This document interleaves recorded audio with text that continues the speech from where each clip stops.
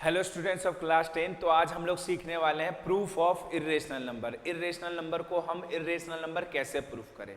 आज हम लोग एक नया मेथड पढ़ने वाले हैं जिसको हम लोग कॉन्ट्राडिक्शन मेथड कहते हैं और बहुत ही इंपॉर्टेंट मेथड है। कॉन्ट्राडिक्शन का मतलब होता है विरोधाभास, कि आपको स्टेटमेंट का ऑपोजिट मानना है और लास्ट में आप देखोगे कि आपके स्टेटमेंट का ही कॉन्ट्राडिक्शन होगा, मतलब आप जो बोलोगे उसी का वहाँ पे कॉन्ट्राडिक्ट प्रोड्यूस होगा, मतलब वो हमारा क्या आएगा, उसी का उल्टा वहाँ पे प्रूफ होगा। अब देखना यहाँ पे, अभी करेंगे तो समझ में आएगा।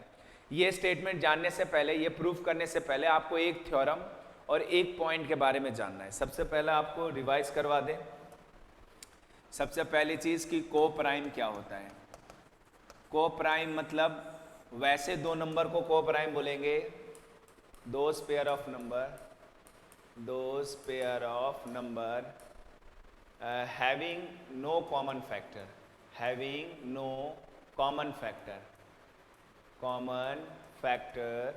other than one। को प्राइम उन नंबर को बोलते हैं, उन दो नंबर को बोल सकते हैं जो सेम टेबल से और डिवाइड ना हो, जो सेम टेबल से डिवाइड ना हो, उसको हम क्या बोलते हैं, को प्राइम। जैसे 3 और 4 ये दोनों क्या है, हमारे को प्राइम है, क्योंकि ये एक से ही कटेगा दोनों, इसके अलावा और कोई सेम टेबल से ये डिवाइड नहीं होगा। जैसे 9 और 17 ये दोनों सेम टेबल से हमारा कभी भी नहीं कटेगा। अदर देन 1 एक से डिवाइड होगा दोनों, लेकिन वो हमारा क्या होगा, अदर देन 1 किसी से भी डिवाइड ये नहीं होगा, ठीक है ना। 10 और 11 ये दोनों भी को प्राइम है, मतलब वो सेम टेबल से डिवाइड नहीं होना चाहिए, सिंपल सी बात है, कॉमन फैक्टर उसमें नहीं होना चाहिए, तो वो को प्राइम कहलाता है। और दूसरी बात, सेकंड पॉइंट ये है, थ्योरम है ये, समझना थोड़ा। ये थ्योरम क्या कहता है कि कोई भी नंबर किसी दूसरे नंबर के स्क्वायर को डिवाइड कर रहा है, ध्यान से समझो। कोई भी नंबर अगर किसी दूसरे नंबर के स्क्वायर को डिवाइड कर रहा है तो कंफर्म है कि वो उस नंबर को भी डिवाइड करेगा जिसका वो स्क्वायर है।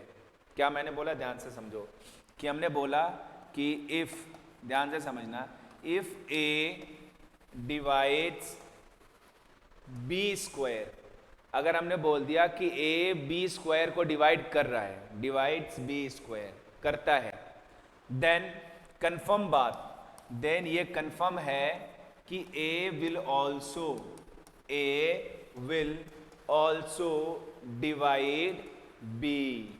ए है वो बी को भी डिवाइड करेगा ही करेगा। बात समझ रहे हो ना। जैसे हमने कह दिया कि 3 जो है वो 81 को डिवाइड करता है, 27 टाइम में डिवाइड करेगा, 3 डिवाइड्स 81, यानी 3 इज डिवाइडिंग 9 स्क्वायर। 3 जो है 9 के स्क्वायर को डिवाइड कर रहा है, तो कंफर्म है कि 3 will also divide 9, 3 will also divide 9 करेगा। आपको पता है, बात समझ रहे हो ना, कि 3 81 को डिवाइड कर रहा है, पता है 81 मतलब 9 स्क्वायर लिख सकते हैं, मतलब 3 अगर 9 स्क्वायर को डिवाइड कर रहा है तो 3 जो है वो 9 को भी डिवाइड करता है। ओके, तो कीप इन माइंड, ये हमारे पास 2 पॉइंट आपको दिमाग में रखना है इरेशनल नंबर को इरेशनल नंबर प्रूफ करने के लिए, ठीक है ना। तो चलो आगे हम लोग अब प्रूफ पे आते हैं अपने। सबसे पहले आप देखो यहाँ पर हमारे पास मिल गया prove that √3 is irrational number. एक मैं प्रूफ कर देता हूँ, बाकी 2-4 आप खुद से प्रूफ करना तो आपको समझ में आएगा। देखो कैसे प्रूफ करने के लिए, सबसे पहले हम लोग इसका उल्टा एज्यूम करते हैं। मान लेते हैं कि ये जो हमारा इरेशनल नंबर प्रूफ करना है, इसमें हमारे पास क्या है कि ये इरेशनल नंबर नहीं है, तो हम लोग यहाँ पे सॉल्यूशन में लिखते हैं इफ पॉसिबल, कॉन्ट्राडिक्शन है, इफ पॉसिबल, अगर पॉसिबल है, इफ पॉसिबल लेट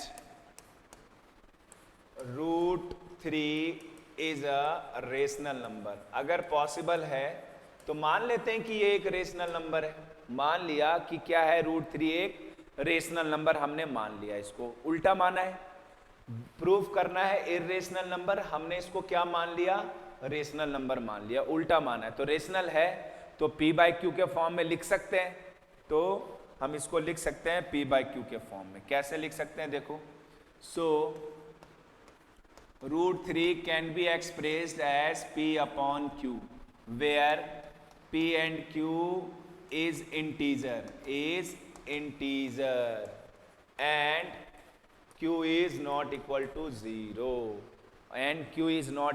0 अगर हमारा रेशनल नंबर है तो इसको P बाई क्यू के फॉर्म में लिख दिया हमने, मान लिया कोई भी रेशियो आया है पॉसिबल तो लिख दिया हमने।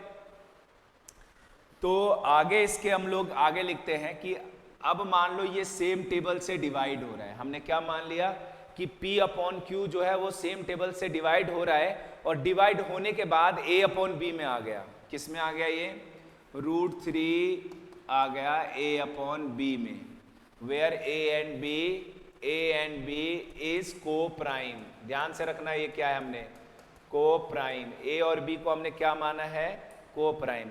P और Q सेम टेबल से डिवाइड हो रहा था और डिवाइड होने के बाद हमने बता दिया अब ये ज़्यादा डिवाइड नहीं होगा, मतलब A और B में कोई भी कॉमन फैक्टर नहीं है। अभी अभी आपको बताया था मैंने को प्राइम का मतलब, A और B को हमने क्या बोल दिया? को प्राइम बोल दिया। ये बहुत इंपॉर्टेंट पॉइंट है, ये पॉइंट को आपको पहला नंबर नाम देना है। ये हमारा हो गया point number 1।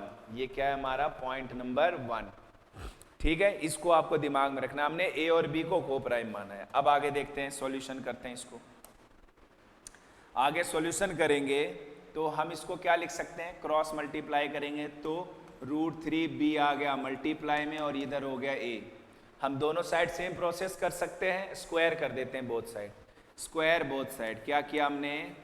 Square both side, दोनों साइड हमने क्या किया? स्क्वायर कर दिया। तो स्क्वायर किया तो B अंडर √3 का स्क्वायर बराबर A का स्क्वायर। तो B का स्क्वायर ये क्या हो गया? B का स्क्वायर मल्टीप्लाई बाय √3 का square is equal to A square, और यहाँ पे आ गया हमारे पास 3।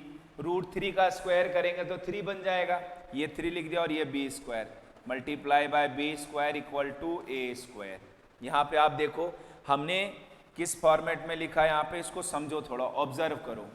इसको ऑब्जर्व किए तो हम ऐसे लिख सकते हैं ना कि A स्क्वायर को हम 3 इंटू B स्क्वायर लिख रहे हैं, मतलब A स्क्वायर जो है वो 3 से भी डिवाइड हो रहा है और B स्क्वायर से भी डिवाइड हो रहा है। तो हमें तो काम है 3 से, तो हम 3 लिखते हैं। इसको क्या लिखेंगे? Here 3 is dividing A square. 3 जो है वो A स्क्वायर का फैक्टर है, ऐसे भी लिख सकते हो, 3 is a factor of A square. अगर वो अभी अभी हमने एक थ्योरम पढ़ा है, बाय थ्योरम क्या पढ़ा है कि कोई नंबर अगर किसी के स्क्वायर को डिवाइड करता है तो वो उस नंबर को भी डिवाइड करेगा। तो आप क्या लिखोगे? That's why 3 will also divide A।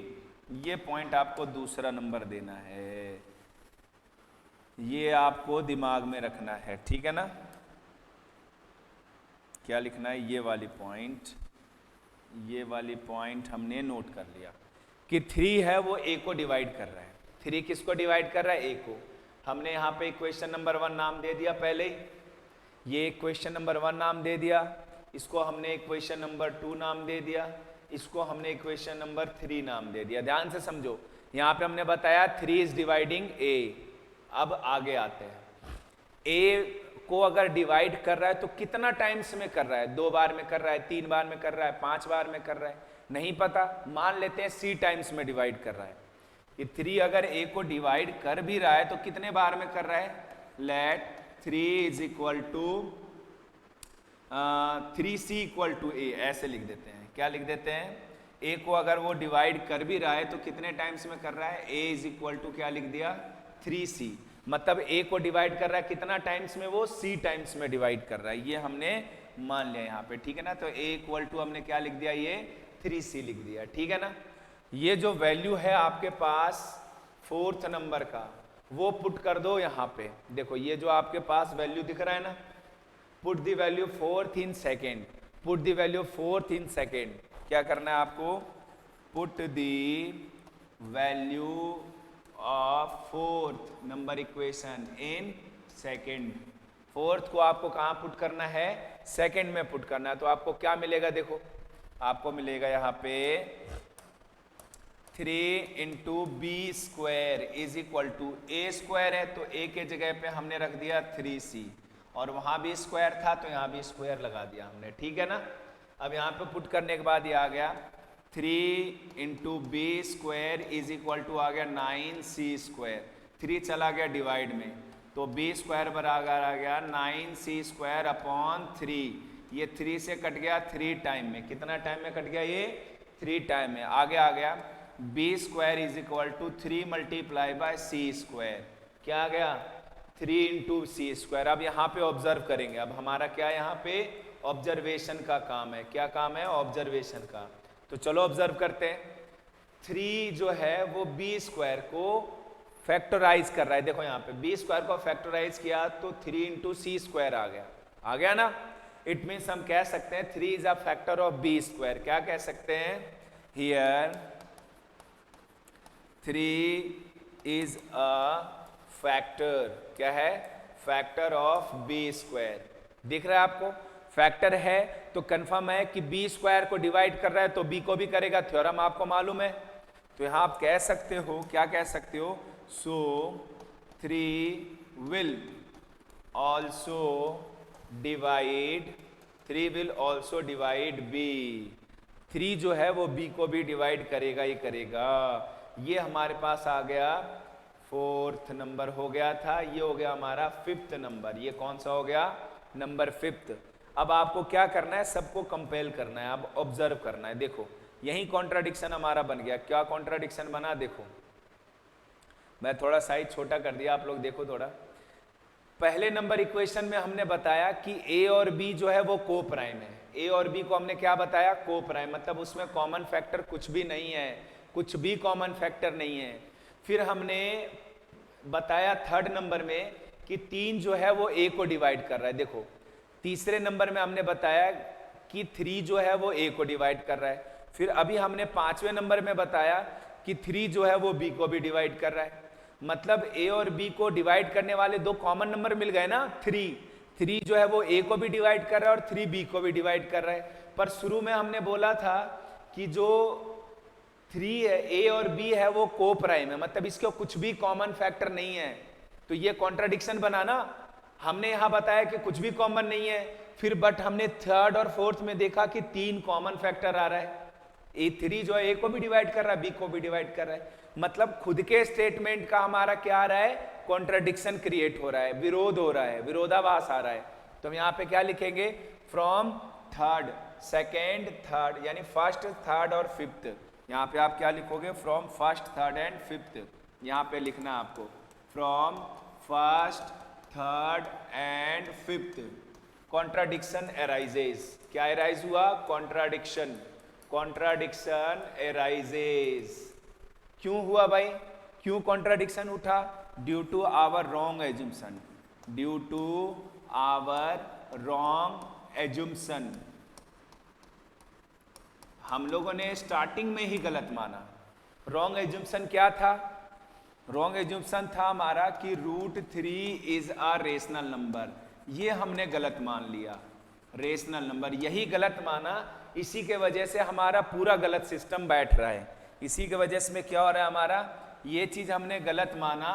That's why finally हम क्या कहेंगे, दैट्स वाई √3 क्या है, रेशनल नहीं है, √3 इज अ इर्रेशनल नंबर। क्या है ये, एक इर्रेशनल नंबर, और ये आपका प्रूफ है। और इसी को आप बार बार करोगे, 2 बार, एक बार √2 लेके कर लेना, एक बार √5 लेके कर लेना, √7 लेके कर लेना, स्टेप सारे सेम रहेंगे और बार बार यही आपका रिपीट करना है। जब आप करोगे तभी आप देखोगे। मैं एक बार दिखा देता हूँ, आप वीडियो पॉज करके ये का ये स्टेप्स लिख लेना, ठीक है ना। मैं यहाँ पे दिखा देता हूँ, थोड़ा जूम करके, आप थोड़ा ध्यान से देखो। ये पहले आप पॉज करके लिख लेना, फिर मैं थोड़ा इसको अप कर देता हूँ, फिर इसको आप पॉज करके लिख लेना। स्टेप्स यही का यही होना चाहिए। फिर उसके बाद ये मैं पॉज कर देता हूँ, इसको आप लोग पॉज करके फिर लिख लेना, ठीक है ना। इतना स्टेप आपको एज इट इज लिखना है, ओके। और इस तरीके से आपका क्या होगा, ये कंप्लीट हो जाएगा इर्रेशनल नंबर का प्रूफ। बाकी एक टाइप का और भी क्वेश्चन है इर्रेशनल नंबर में आता है, उसको हम लोग नेक्स्ट लेक्चर में करेंगे। तो आज के लिए इतना काफ़ी है, बाकी मिलते हैं हम लोग नेक्स्ट क्लास में नेक्स्ट लेक्चर के साथ। Bye bye to all.